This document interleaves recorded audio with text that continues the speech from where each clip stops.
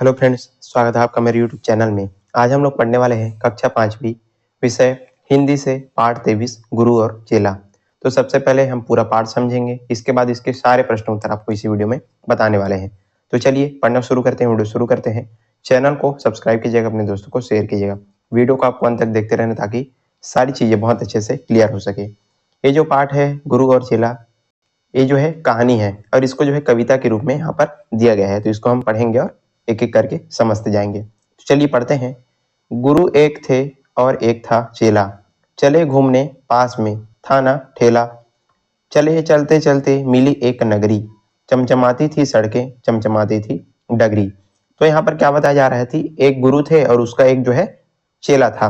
अब दोनों जो है घूमने के लिए निकल जाते हैं। जो पाठ है इसको कविता के रूप में दिया गया है और इसको हम जो है ऐसे ही समझना है। तो कौन थे, एक गुरु था, उसका एक छोटा मतलब चेला था और दोनों जो है घूमने के लिए निकल जाते हैं। अब जैसे ही क्या होता है, वो जो है चलते चलते एक नगरी में पहुंचते हैं, घूमने के लिए निकल जाते हैं और जो है चलते चलते एक नगरी में पहुंच जाते हैं। चमचमाती थी सड़कें चमचमाती थी डगरी, और वो जो नगरी थी बहुत ही खूबसूरत थी। उसकी जो सड़कें थी काफी जो चमकदार थी, बहुत ही वो जो है चमचमाती रहती थी। तो इस तरह से आप इनको समझेंगे। चलिए अब अगला देखते हैं। मिली एक ग्वालिन धरे शीस गगरी, गुरु ने कहा तेज ग्वालिन न भगरी।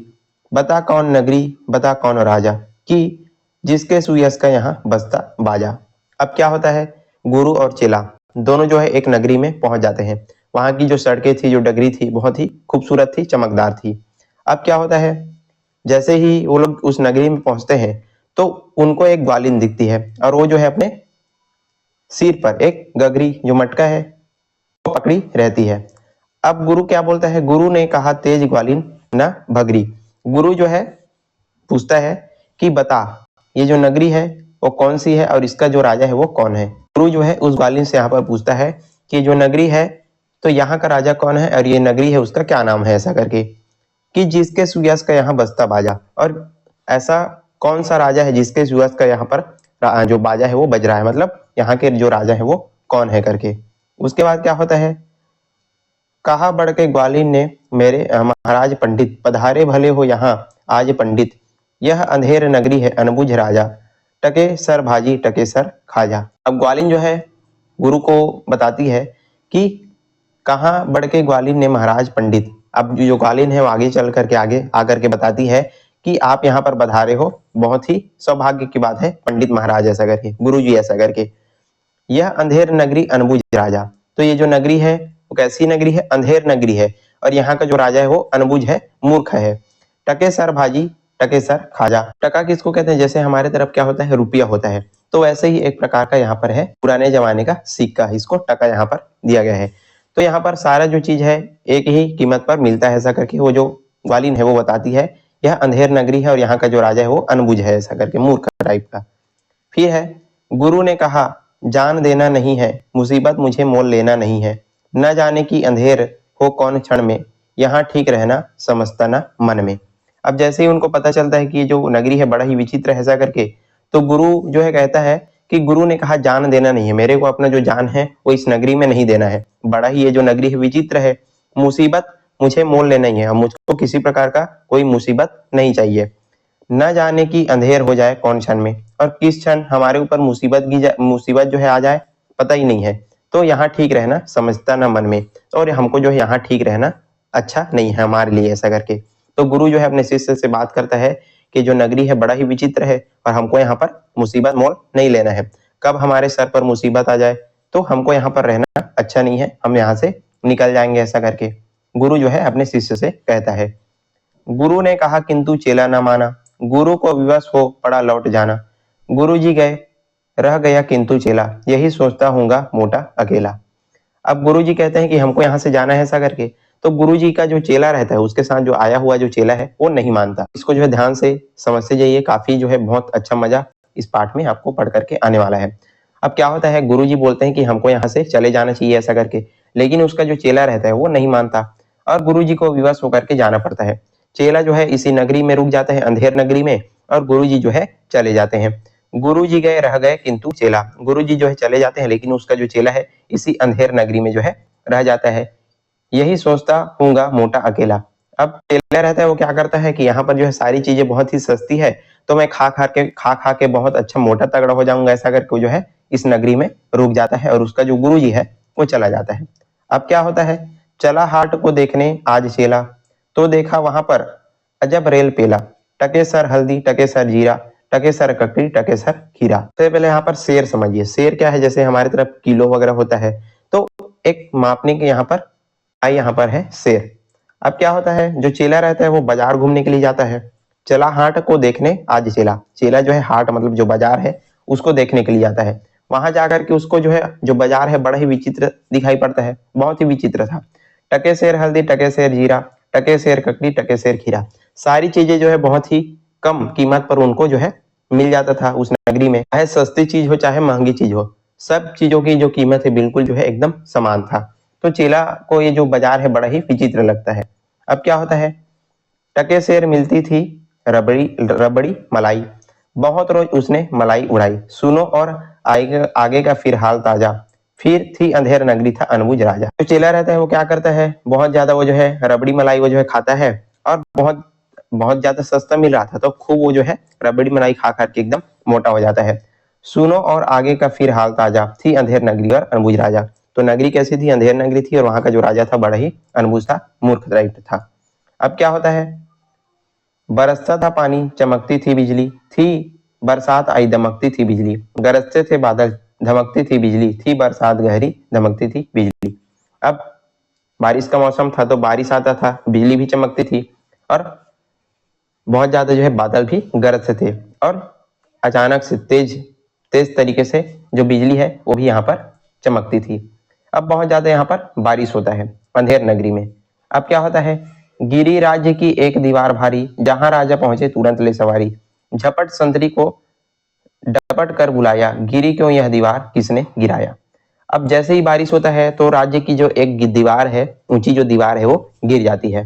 अब जैसे ही दीवार गिरती है तो राजा जो है अपने सिपाहियों को लेकर के, अपने सवारियों को, सैनिकों को लेकर के चला जाता है जहां पर दीवार गिरी थी उसको देखने के लिए। और जैसे ही अपने सैनिकों को जो है बुलाता है कि क्या हो गया यहाँ पर, ऐसा करके गिरी क्यों यह दीवार किसने गिराया, अपने सैनिकों को जो है पूछता है राजा कि जो दीवार है कैसे गिर गई और इसको जो है किसने गिरा दिया है, ऐसा करके। अब जो है संतरी मतलब जो सैनिक है वो कहते हैं, कहा संतरी ने महाराज साहब, न इसमें खता मेरी नाम मेरा कर्तव्य, यह दीवार कमजोर पहले बनी थी, इसी से गिरी यह न मोटी घनी थी। अब संतरी जो जो जो सैनिक थे वो बताते हैं, महाराज साहब इसमें मेरी कोई गलती नहीं है और इसमें मेरा कोई कर्तव्य नहीं है, मैंने ये जो दीवार है उसको नहीं गिराया है, ये जो दीवार है पहले से ही कमजोर बनी थी और इसी कारण से जो है गिर गई। क्यों, क्योंकि जो है पहले से ही कमजोर बनी थी, उतनी अच्छी नहीं बनी थी और न ही मोटी बनी थी, इस कारण से जो दीवार है वो गिर गई, ऐसा करके सैनिक जो है अपने राजा को बताते हैं। खता कारीगर की महाराज साहब, न इसमें खता मेरी या मेरा कर्तव्य, बुलाया गया कारीगर झट वहां पर, बिठाया गया कारीगर झट वहां पर। अब सैनिक बताता है कि इसमें मेरी कोई गलती नहीं है महाराज, ऐसा करके। इसमें किसकी गलती है, इसमें कारीगर की गलती है, मतलब जिसने जो है दीवार बनाया है उसकी गलती है, ऐसा करके। इसमें मेरी कोई खता नहीं है, मेरी कोई गलती नहीं है। अब जैसे ही कारीगर की गलती है ऐसा करके पता चलता है तो कारीगर को वहां पर झट से बुला दिया जाता है और उसको जो है वहां पर बैठाया जाता है। अब क्या होता है, कहा गया राजा ने कारीगर को सजा दो, खता इसकी है आज इसको सजा दो, कहा कारीगर ने जरा की न देरी, महाराज इसमें खता कुछ ना मेरी। अब जैसे ही कारीगर वहां पर पहुंचता है जिसने दीवार बनाया था, तो राजा कहते हैं कि इस कारीगर को जो है सजा दो, ऐसा करके।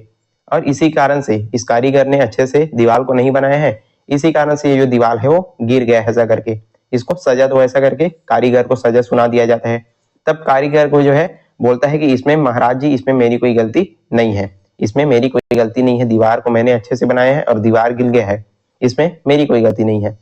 यह भिस्ती की गलती, यह उसकी शरारत, किया गारा गीला उसी की यह गफलत, कहा राजा ने जल्दी भिस्ती बुलाओ, पकड़ कर लाओ उसे जल्दी फांसी पर चढ़ाओ। अब कारीगर कहता है कि ये जो है दीवार जो मैंने बनाए हैं उसको अच्छे से बनाए हैं, लेकिन इसमें मेरी गलती नहीं है। किसकी गलती है, भिस्ती की गलती है। भिस्ती कौन, जो जब जो है गारा बनाते हैं तो उसमें पानी वगैरह जब मिलाया जाता है तो उसी को यहाँ पर बुलाया गया है। तो गिस्ती की जो है गलती है, उसी ने जो है जो गारा है उसको जो है बहुत ज्यादा गीला कर दिया था, इसी कारण से ये दीवार है गिर गया है। अब राजा बोलते हैं कि जल्दी से उस भिस्ती को बुलाओ जिसने जो गारा है गिल्ला किया है, ऐसा करके, और उसको पकड़ करके फांसी पर चढ़ा दो। फिर क्या होता है, चला आया भिश्ती हुई कुछ न देरी, कहा उसने इसमें खता कुछ न मेरी। यह गलती है जिसने मशक को बनाया, कि ज्यादा ही जिसमें पानी समाया। अब क्या होता है, फिर से भिश्ती को बुलाया जाता है। तुरंत वो जो है आ जाता है राजा के सामने। कहा जाता है कि राजा उसको जो है, मतलब राजा बोलते हैं कि इस भिश्ती को फांसी दो, इसी के कारण से जो है दीवार गिला है ऐसा करके। फिर जो भिश्ती है वो क्या बोलता है, इसमें खता कुछ ना मेरी, मेरी इसमें कोई गलती नहीं है ऐसा करके। यह गलती है जिसने मशक को बनाया, कि ज्यादा ही जिसमें पानी समाया। यहाँ पर मशक क्या होता है, मशक होता है चमड़े का पात्र जिसमें जो है पानी भरते हैं। तो गिस्ती क्या बोलता है कि इसमें मेरी कोई गलती नहीं है, इसमें किसकी गलती है, जिसने उस मशक को बनाया है, चमड़े का जो पात्र है जिसमें हम पानी भरते हैं उसको बनाया है, और जिसमें जो है बहुत ज्यादा पानी आ गया था, इस कारण से मैंने सारे पानी को गारे में डाल दिया। तो इसमें मेरी कोई गलती नहीं, किसकी गलती है, मशक बनाने वाली की गलती है ऐसा करके। मशक वाला आया हुई कुछ न देरी, कहा उसने इसमें खता कुछ न मेरी। यह मंत्री की गलती है, मंत्री का गफलत, उन्हीं की शराफत उन्हीं की हकामत। अब मशक बनाने वाले को ऊपर लाया जाता है, एक एक करके धीरे धीरे सारे लोग आ जाते हैं। अब मशक वाला आता है, वो क्या बोलता है कि इसमें मेरी कोई गलती नहीं है, मैंने जो है कुछ नहीं किया है, इसमें किसकी गलती है, मंत्री जी की गलती है, और उसी के कारण से जो दीवार है वो गिरा है, इसमें मेरी कोई गलती नहीं है ऐसा करके। अब ये जो है एक एक करके क्या कर रहे हैं, एक दूसरे के ऊपर जो है आरोप लगा रहे हैं। आप जो इसको समझते जाइए। अब यहाँ पर मंत्री जी का आरोप लग जाता है, बड़े जानवर का था चमड़ा दिलाया, चुराया न चमड़ा मशक को बनाया। बड़ी ही मशक खूब भरता है पानी, ये गलती न मेरी, ये गलती वीरानी। तो ये जो गलती है मेरी नहीं है, किसकी है, मंत्री जी की गलती है। मंत्री जी ने जो है मुझको जो जानवर है उसका बड़ा चमड़ा दिया था, और उसी से मैंने जो है जो पात्र है उसको बनाया था पानी भरने का, और बड़ा चमड़ा दिया था तो बड़ा सा पात्र बन गया जिसमें बहुत सारा पानी आ गया। तो ये जो मेरी गलती नहीं है, मंत्री जी की गलती है, उसी ने जो है जानवर का जो बड़ा जो चमड़ा है उसको मुझको दिया था, और उसी का कारण से इसमें बहुत ज्यादा पानी भर गया।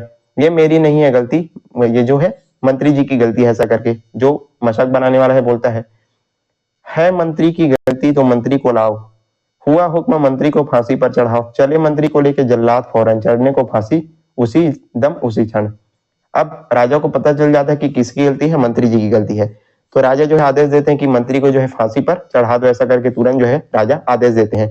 अब मंत्री को लेकर के जो जल्लाद है, जल्लाद यानी कि जो फांसी देने वाला होता है उसको बोलते हैं जल्लाद।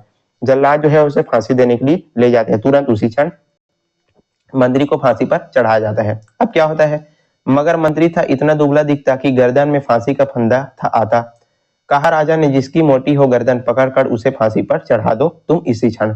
अब जैसे ही मंत्री को जो है फांसी पर लटकाया जाता है, तो जो फांसी का जो फंदा था वो जो मंत्री है उसके गर्दन में नहीं आता। क्यों नहीं आता, मंत्री जो है बहुत ज्यादा दुबला पतला था, तो उसकी जो गर्दन है वो फांसी के फंदे पर नहीं आता। अब राजा बोलते हैं कि जिसकी गर्दन जो है मोटी होगी उसी को यहाँ पर तुरंत फांसी पर चढ़ा दो ऐसा करके। यहाँ पर जो राजा है बड़ा ही मूर्ख था, तो बोलता है कि जिसकी मोटी गर्दन होगी उसको, उस व्यक्ति को पकड़ करके राव ढूंढो और फांसी पर चढ़ा दो इसी समय ऐसा करके। चले संतरी ढूंढने मोटी गर्दन, मिला चेला खाता हुआ हलवा दनादन। कहा संतरी ने चले आप फौरन, महाराज ने भेजा न्योता इसी क्षण।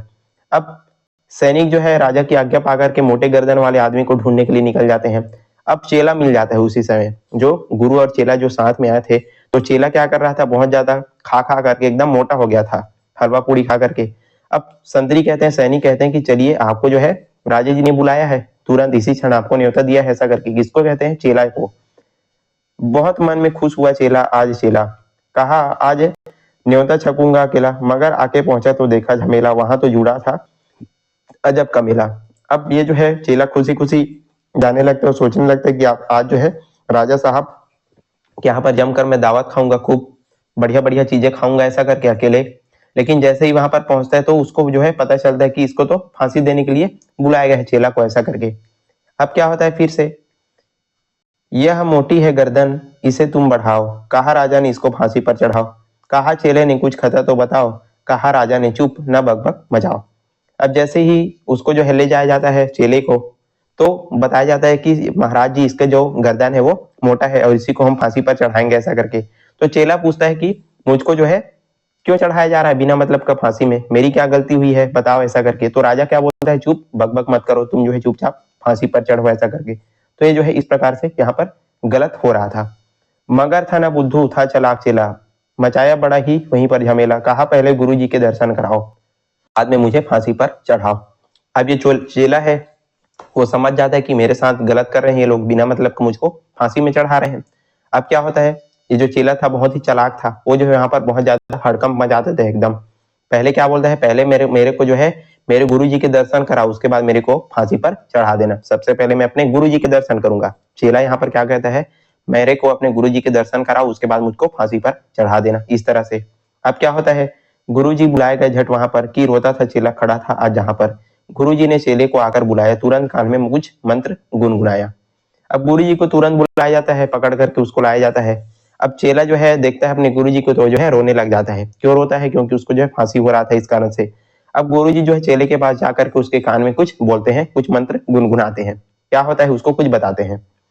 झगड़ने लगे फिर गुरु और चेला, मचा उनमें धक्का बड़ा रेल पेला। गुरुजी ने कहा फांसी पर मैं चढ़ूंगा, कहा चेले ने फांसी पर मैं मरूंगा। अब ये जो है दोनों कोई क्या हो जाते हैं, जो है अपने चेले को बचाने के लिए यहाँ पर तरकीब लगाता है। कैसे कर लगाता है, इसको समझते हैं।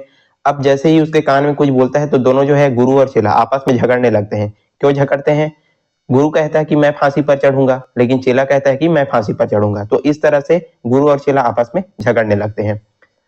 हटाए न हटते अड़े रहे दोनों, छुड़ाए न छूटते लड़े ऐसे दोनों। बढ़े राजा फौरन कहा बात क्या है, गुरु ने बताया करामात क्या है। अब दोनों जो है लड़ाई करने लगते हैं, गुरु और चेला, मैं फांसी पर चढ़ूंगा, मैं फांसी पर चढ़ूंगा, ऐसा करके। और दोनों कोई भी उनको हटाता था तो हटते नहीं थे, बिल्कुल एकदम लड़ाई लड़ रहे थे कि मैं फांसी पर चढ़ूंगा, ऐसा करके। अब राजा जो है समझ नहीं पाता क्या हो रहा है, ये लोग फांसी पर चढ़ने के लिए ऐसा क्यों कर रहे हैं, ऐसा करके। तो राजा जो है आगे बढ़ करके पूछते हैं कि क्या हो गया है, ऐसा करके। तो गुरु जो है बताते हैं, क्या बताते हैं, चढ़ेगा जो फांसी मुहूर्त है ऐसी, ना ऐसी मुहूर्त बनी बढ़िया जैसी। वह राजा नहीं चक्रवर्ती बनेगा, यह संसार का छत्र उस पर तनेगा। गुरु जी यहाँ पर बढ़िया दिमाग लगा लेते हैं अपने चेले को बचाने के लिए। तो क्या बोलता है, अभी का जो मुहूर्त है, यदि उसमें कोई भी व्यक्ति फांसी पर चढ़ जाएगा तो जो है बढ़िया चक्रवर्ती सम्राट बनेगा, ऐसा करके।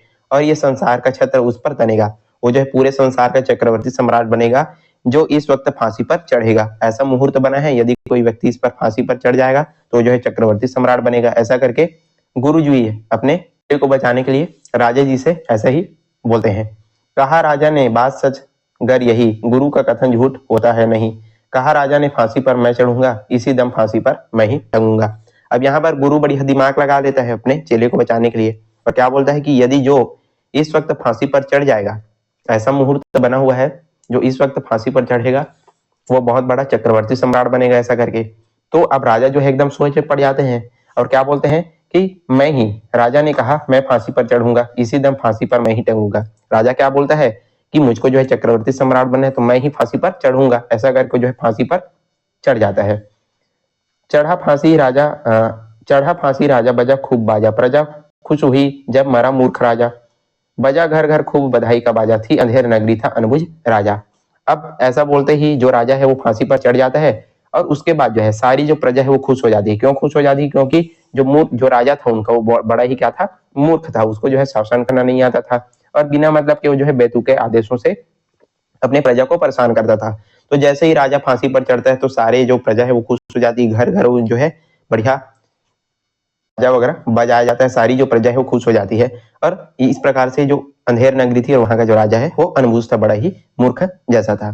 तो इस तरह से हमने पूरा जो पाठ है आपको समझा दिया। चलिए अब इसके जो है प्रश्न उत्तर देखते हैं। प्रश्न अभ्यास से यहाँ पर पहला प्रश्न है टके की बात। तो चलिए इसकी थोड़ा सा इसको हम समझते हैं। पहला प्रश्न है कि टका पुराने जमाने का सिक्का था, अगर आजकल सब चीजें 1 रुपए में किलो में मिलने लगे तो उससे किस तरह के फायदे और नुकसान होने लगेंगे। आपको क्या पूछा जा रहा है कि यदि आजकल 1 रुपए किलो में यदि सारी चीजें मिलने लग जाए तो उससे क्या क्या फायदे होंगे और क्या क्या नुकसान होंगे, इसको आपको पूछा जा रहा है। तो चलिए आप इसका उत्तर लिखेंगे। फायदा में सभी को सब प्रकार के खाने पीने की सुख सुविधाओं की चीजें कम कीमत पर मिल जाएगी। यदि कोई भी चीज जो है 1 रुपए किलो में मिल जाएगा तो सारे लोग जो है उसको लेने के लिए एकदम उतावले हो जाएंगे, और सबको जो है सारी जो चीजें हैं बहुत कम कीमत पर मिल जाएगी। ये इसका फायदा हो जाएगा। नुकसान क्या होगा, आदमी जो है आलसी हो जाएगा और देश की अर्थव्यवस्था बिगड़ जाएगी। जो इंसान है वो आलसी हो जाएगा यदि सारी चीजें कम कीमत पर मिलने लग जाएगी, और देश की जो अर्थव्यवस्था है वो भी बिगड़ जाएगी। तो इस तरह से आप इसका उत्तर लिखेंगे। दूसरा प्रश्न है, भारत में कोई चीज खरीदने बेचने के लिए रुपए का इस्तेमाल होता है और बांग्लादेश में टके का। भारत में हम क्या करते हैं, खरीदने बेचने के लिए किसका इस्तेमाल करते हैं, रुपए का इस्तेमाल करते हैं, और बांग्लादेश में क्या किया जाता है, टके का इस्तेमाल किया जाता है। रुपया और टका क्रमशः भारत और बांग्लादेश की मुद्राएं हैं। हमारे देश की मुद्रा क्या है, रुपया है। तो इसी तरह से नीचे दिए गए जो देश है उनकी मुद्रा को आपको लिखना है। तो यहाँ पर पहला है सऊदी अरब। सऊदी अरब का मुद्रा क्या होता है? सऊदी रियाल होता है। जापान का क्या होता है? येन होता है। फ्रांस का होता है यूरो। इटली का होता है यूरो और इंग्लैंड का होता है पाउंड। तो ये जो जैसे हमारे भारत में क्या चलता है, रुपया चलता है, उसी प्रकार ये जो देश हैं उनमें अलग अलग ये जो है मुद्राएं चलती है। तो इसी को आपको लिखना है। जैसे सऊदी अरब का सऊदी रियाल, येन, यूरो, पाउंड और पाउंड, इस तरह से आपको इनको लिखते जाने उत्तर में। चलिए अब कविता की कहानी के जो प्रश्न उत्तर है उनको देखते हैं। इस कविता की कहानी को अपने शब्दों में लिखना है। आपको जो है हमने जो कहानी बनाई है उसको अपने शब्दों में यहाँ पर लिखना है। तो इसको आप जो है स्वयं से कीजिएगा। और दूसरा प्रश्न भी आपको स्वयं से करना है। जैसे इसमें क्या बोला गया है कि क्या तुमने कोई ऐसी कहानी या कविता पढ़ी है जिसमें सूझबूझ से बिगड़ा काम बना हो, उसे अपनी कक्षा में आपको सुनाना है। जैसे गुरु जो है अपनी सूझबूझ से अपने चेले की जान बचा लेता है, ठीक उसी प्रकार से यदि आपने कोई ऐसी कहानी पढ़ी है जिसमें सूझबूझ से बिगड़ा काम बन गया है तो उसको अपनी कक्षा में सुनाना है। तो ये चीज आप जो है स्वयं से कीजिएगा। चलिए तीसरा प्रश्न देखते हैं। कविता को ध्यान से पढ़ करके अंधेर नगरी के बारे में कुछ वाक्य लिखो। इसकी सड़कें कैसी थी, बाजार कैसा था और राजा का कामकाज कैसा था। ये जो है कामकाज है ना, तो राजा, इसको एक एक करके आपको लिखते जाना है। तो उसकी सड़कें कैसी थी हमने कविता में पढ़ा, तो अंधेर नगरी की जो सड़कें थी चमचमाती हुई दिखाई दे रही थी, बहुत ही सुंदर थी और चमचमाती हुई दिखाई दे रही थी। तो इस तरह आप इनका उत्तर लिखेंगे। बाजार, बाजार कैसा था वहां का, तो अंधेर नगरी का बाजार बहुत ही विचित्र था। वहां 1 टके पर भर शेर, ककड़ी, हल्दी, जीरा, रबड़ी मलाई आदि मिलती थी। सस्ती और महंगी चीजें एक ही दाम में मिलती थी। हमने पाठ में आपको बताया पढ़ाया कि जो अंधेर नगरी था वहां पर सस्ती और महंगी चीजें सभी जो है एक ही दाम पर मिलती थी। हल्दी, खीरा, जीरा, ककड़ी, रबड़ी मलाई, सारी चीजें जो है बहुत ही कम कीमत पर मिल जाता था। और वहां का जो बाजार था बड़ा ही अद्भुत था, विचित्र था। तीसरा, राजा का कामकाज। राजा का कामकाज कैसा था, राजा का कामकाज अच्छा नहीं था। वह एक मूर्ख राजा था, बिना मतलब का कुछ भी आदेश देता था, प्रजा को परेशान करता था। तो इस तरह आपको इनका उत्तर लिख देना है। राजा का कामकाज अच्छा नहीं था, वह एक मूर्ख राजा था। अगला प्रश्न देखते हैं। क्या ऐसे देश को अंधेर नगरी कहना ठीक है? अपने उत्तर का कारण भी बताओ।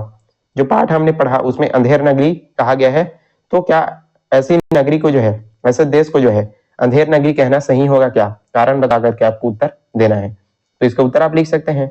ऐसे देश को अंधेर नगरी कहना उचित है क्योंकि वहां के राजा को जो है शासन करने का ज्ञान नहीं था। वह बिना सोचे समझे अपना फैसला सुना देता था। प्रजा भी को भी क्या करता था, वो जो है परेशान करता था। तो जो राजा था उसको शासन करना नहीं आता था और बिना सोचे समझे क्या कर देता था, वो जो है फैसला ले देता था। किसी को भी जो है फांसी पर चढ़ाने का आदेश दे देता था और इससे प्रजा भी काफी परेशान रहती थी। तो ये जो है उचित कहना अंधेर नगरी बिल्कुल सही है। चलिए कविता की बात थोड़ा सा करते हैं। यहाँ पर है पहला प्रश्न, इसमें अलग अलग तरीके से आपका जो पाठ में है प्रश्न उत्तर दिया गया है, तो आपको अच्छे से इसको समझना है। प्रजा खुश हुई जब मरा मूर्ख राजा। तो इसमें पहला प्रश्न पूछा जा रहा है कि अंधेर नगरी की प्रजा राजा के मरने पर क्यों खुश हुई। हमने लास्ट में कविता में पढ़ा कि जब जो है राजा मरता है तो सारी जो प्रजा है वो खुश हो जाती है। तो क्यों खुश होती है आपको पूछा जा रहा है। तो इसका उत्तर आप लिख सकते हैं बहुत सरल तरीके से। अंधेर नगरी की प्रजा राजा के मरने पर खुश हुई। खुश है, यहाँ पर खुश लिखना है, आपको सुधार लेना है। खुश हुई क्योंकि उन्हें ऐसा राजा नहीं चाहिए था जो मूर्ख हो, साथ ही अपने प्रजा की मुश्किलें बढ़ा दे। वहां का राजा हमने देखा बड़ा ही मूर्ख था, किसी भी को जो है फांसी पर चढ़ाने का आदेश दे देता था। तो इसी कारण से जब राजा मरता है तो वहां की जो प्रजा है वो खुश हो जाती है और जो प्रजा है वो बिल्कुल अपने मूर्ख राजा से मुक्त हो जाती है। तो इस तरह आप इनका उत्तर लिखेंगे। दूसरा प्रश्न है, यदि वे राजा से परेशान थे तो उन्होंने उसे खुद क्यों नहीं हटाया, आपस में चर्चा करो। यदि वहां की प्रजा जो है अपने राजा से परेशान थी तो जो है खुद उनसे क्यों नहीं हटा पाते। तो इसका उत्तर आप लिखेंगे। प्रजा अपने राजा से डरती थी, उन्हें डर था कि राजा के खिलाफ कुछ बोलेंगे तो वह हमें फांसी पर लटका देंगे, इसलिए वे राजा को खुद नहीं हटाए। वहां के जो प्रजा थी, अंधेर नगरी की जो प्रजा थी, वो जो है अपने राजा से डरती थी। यदि हम राजा के बारे में कुछ बोलेंगे तो वो हमको क्या कर देंगे, फांसी पर लटका देंगे, मृत्यु दंड दे देंगे। तो इसी कारण से वहां की जो प्रजा थी वो डरती थी और खुद जो है राजा को नहीं हटा पाते थे। तो इस तरह आप इनका उत्तर लिखते जाएंगे। अगला प्रश्न दूसरा है, गुरु का कथन झूठ नहीं होता। तो पहला इसमें पूछा जा रहा है कि गुरु जी ने क्या बात कही थी। गुरु जी क्या बात बताते हैं, गुरु जी बोलते हैं कि गुरु जी ने कहा, इस समय ऐसी शुभ घड़ी है कि जो फांसी पर चढ़ेगा वह संसार का सम्राट और चक्रवर्ती बनेगा। गुरु जी जो है अपनी सूझबूझ लगाते हैं, अपना दिमाग लगाते हैं और क्या बोलते हैं कि इस समय ऐसी शुभ घड़ी है, ऐसा मुहूर्त, शुभ मुहूर्त है कि जो भी फांसी पर चढ़ेगा वो क्या बनेगा, चक्रवर्ती बनेगा। तो इस तरह से गुरु जी अपनी बात कहते हैं। दूसरा प्रश्न है इसी में, राजा यह बात सुनकर के फांसी पर लटक गया। तुम्हारे विचार से गुरु जी ने जो बात कही थी क्या यह सच थी। गुरु जी ने जो बात कही थी क्या सच थी क्या, बिल्कुल नहीं थी। तो आप इसका उत्तर लिख देंगे। राजा यह बात सुनकर के फांसी पर लटक गया, लेकिन हमारे विचार से गुरु जी की जो बात थी वो सच नहीं थी, ऐसा कुछ भी जो है नहीं था। गुरु जी ने यह बात कहकर सही किया या गलत, आपस में चर्चा करो। तो गुरु जी ने यह बात कहकर सही किया और मूर्ख राजा को प्रजा से मुक्त किया। गुरु जी ये जो है बात कह करके सही करते हैं। सबसे पहले तो अपने चेले की जान बचाते हैं, साथ ही साथ जो उस राज्य की जो प्रजा थी अंधेर नगरी की, उसकी भी वो जो है उनको भी बचा लेते हैं अपने मूर्ख राजा से। तो इस तरह इन्होंने सही किया। अब यहाँ पर है क्या होता यदि, इसका आपको जो है उत्तर देना है। मंत्री की गर्दन फंदे के बराबर होती है। यदि मंत्री की गर्दन जो है फंदे के बराबर होती तो क्या होता? हमने पाठ में पढ़ा था कि जो मंत्री था वो बहुत ही दुबला पतला था, उसकी जो गर्दन थी फंदे के में जो है नहीं आ रही थी, लेकिन यदि फंदे में आ जाती तब क्या होता? तो इसका उत्तर आप लिख सकते हैं, मंत्री की गर्दन फंदे के बराबर होती तो मंत्री को जो है फांसी पर लटका दिया जाता, उसको जो है वहीं पर फांसी पर लटका दिया जाता और उसको मृत्युदंड दे दिया जाता। इस तरह आप इनका उत्तर लिखेंगे। दूसरा प्रश्न है, राजा गुरु जी की बातों में न आता। यदि जो राजा था वो गुरु जी की बातों में न आता तब क्या होता? राजा गुरु जी की बातों में न आता तो चेला को जो है फांसी पर चढ़ा दिया जाता। यदि गुरु जी अपना सूझबूझ लगा करके, अपना दिमाग लगा करके जो बात है वो नहीं बोलता और राजा गुरु जी की बात में नहीं आता, तब क्या होता है? जो चेला था गुरु जी का, उसको जो है फांसी पर चढ़ा देते। फिर तीसरा प्रश्न है, अगर संतरी कहता कि दीवार इसलिए गिरी क्योंकि गीली थी, यहाँ पर है गीली, तो महाराज किस किस को बुलाते, आगे क्या होता? यदि जो संतरी है वो बोलता कि जो महाराज जी दीवार इसलिए गिली क्योंकि वो जो है गिली थी, तो महाराज किसी को नहीं बुलाता और खुद भी जीवित रहता, अपना जीवन है वो नष्ट नहीं करता। तो इस तरह से आप इनका उत्तर लिखेंगे। चलिए अब जो है अगला प्रश्न हम देखते हैं। इसमें आपको जो है क्या करना है, इसमें आपको जो है जो खाली स्थान है उसको भरना है। तो पहला क्या हो जाएगा, आंधी के कारण पेड़ से खाली स्थान पर गिर रहे थे। तो इसमें क्या लिखेंगे आप लिखेंगे पटापट, मतलब पटापट लिखना है। ये जो फर्स्ट नंबर है इसको आपको पहले यहाँ पर लिख देना है, आंधी के कारण पेड़ से पटापट फल गिर रहे थे। दूसरा है, हंसा अपना सारा काम खाली स्थान कर लेती है। तो हंसा अपना सारा काम जो है फटाफट कर लेती है, फटाफट, ये जो इसका सही उत्तर हो जाएगा। तीसरा है, आज रहमान ने खाली स्थान सफेद कुर्ता पैजामा पहना था। तो आज रहमान में जो है चकाचक, इसमें क्या हो जाएगा, चकाचक सफेद कुर्ता पैजामा पहना था। चौथा, उस भुक्खड़ ने खाली स्थान सारे खड्डे खा लिए। तो इसमें क्या हो जाएगा, चटाचट, उस भुक्खड़ ने चटाचट सारे खड्डे खा लिए। और पांचवा है, सारे बर्तन धुल करके खाली स्थान हो गए, सारे बर्तन धुल करके चकाचक हो गए। तो इसमें आप जो है इसका उत्तर लिख देंगे। और यहीं पर आज का हमारा जो पाठ है समाप्त होता है। हमने पूरा पाठ और सारे प्रश्न उत्तर बहुत अच्छे से समझा दिए। आई होप आपको सारी चीजें समझ में आ गई होगी। यदि वीडियो पसंद आया तो लाइक कीजिएगा, ज्यादा से ज्यादा शेयर करना है और चैनल पर नए हैं तो जरूर आपको सब्सक्राइब कर देना है। आपको सिर्फ सब्सक्राइब करना है, हम आपके लिए इतना मेहनत करते हैं, इतने अच्छी वीडियो बना करके लाते हैं, तो आपको सिर्फ क्या करना है, सब्सक्राइब कर देना है हमारे चैनल को। चलिए आज के लिए बस इतना ही, मिलती है इसी प्रकार के अन्य वीडियो के साथ, तब तक के लिए पढ़ते रहिएगा। धन्यवाद।